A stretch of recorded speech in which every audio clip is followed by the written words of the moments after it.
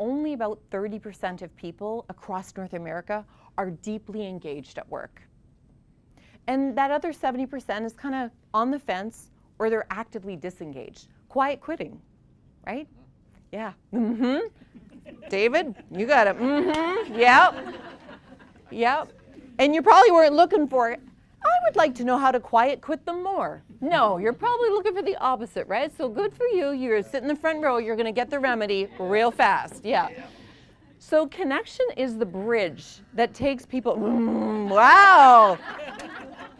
I feel like I need to support you here. Let me give you this book, Rockstar for Women Leaders, and you can find some wisdom maybe in there to heal your hurting soul from all those quiet quitters. Yeah, you're welcome. You're welcome. Yeah.